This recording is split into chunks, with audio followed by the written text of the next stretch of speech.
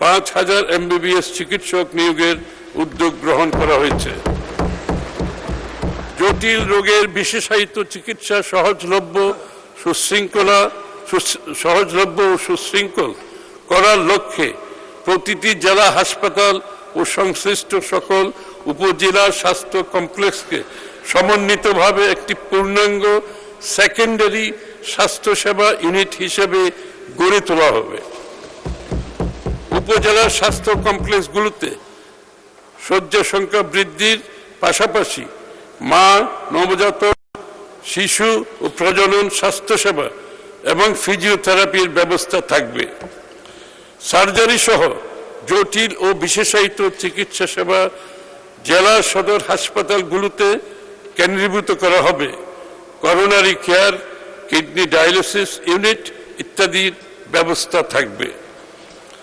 রোগী পরিবহনের দুর্দশা লাঘবের জন্য জাতীয় অ্যাম্বুলেন্স পুল ও জরুরি সেবা নেটওয়ার্ক গঠন করা হবে। সরকার একটি সমন্বিত বিজ্ঞান ভিত্তিক ও আধুনিক জাতীয় পুষ্টি কর্মসূচি প্রণয়নের লক্ষ্যে কাজ করছে।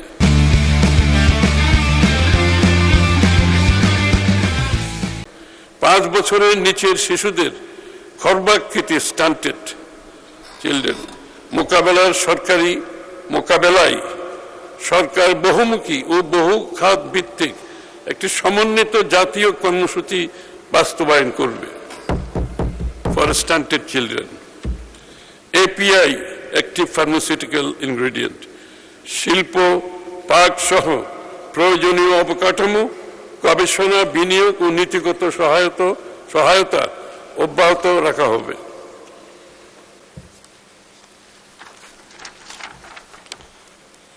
LDC থেকে উত্তরণের প্রেক্ষাপটে ঔষধ শিল্পের ধারাবাহিক বিকাশ, উদ্ভাবন সক্ষমতা বৃদ্ধি এবং বৈশ্বিক বাজারে অবস্থান আরও সুদৃঢ় করতে প্রয়োজনীয় আর্থিক প্রণোদনা ও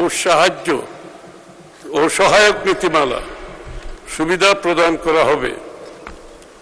দেশব্যাপী একটি টেকসই ও আধুনিক ঔষধ ও ভ্যাকসিন সরবরাহ নেটওয়ার্ক গড়ে তোলা হবে, যাতে প্রত্যন্ত অঞ্চলেও সময় মতো প্রয়োজনীয় ওষুধ ও টিকা পৌঁছানো সম্ভব হয়। আমাকে অত্যন্ত ব্যথিত হৃদয়ে বলতে হচ্ছে, বিগত সরকারগুলোর টিকা সংগ্রহ ও টিকাদান কার্যক্রম বাস্তবায়নে অবহেলা ও যথাযথ পরিকল্পনার অভাবে দেশ জুড়ে হামের প্রাদুর্ভাব দেখা দিয়েছে এবং শিশু মৃত্যুর মতো হৃদয় বিদারক পরিস্থিতি সৃষ্টি হয়েছে।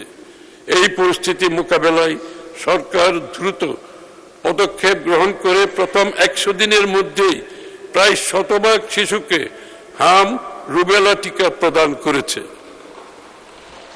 ইন্টিগ্রেটেড মডিউলার পদ্ধতি, আধুনিক ক্লিনিক্যাল শিক্ষা ব্যবস্থা এবং AI ভিত্তিক চিকিৎসা জ্ঞান প্রযুক্তির ব্যবহার অন্তর্ভুক্ত করে একটি আধুনিক দক্ষতা ভিত্তিক ও ভবিষ্যৎমুখী নতুন MBBS কারিকুলাম চালু করা হবে। দীর্ঘদিনের শূন্যপদ পূরণের লক্ষ্যে অবিলম্বে 5,000 MBBS চিকিৎসক নিয়োগের উদ্যোগ গ্রহণ করা হয়েছে।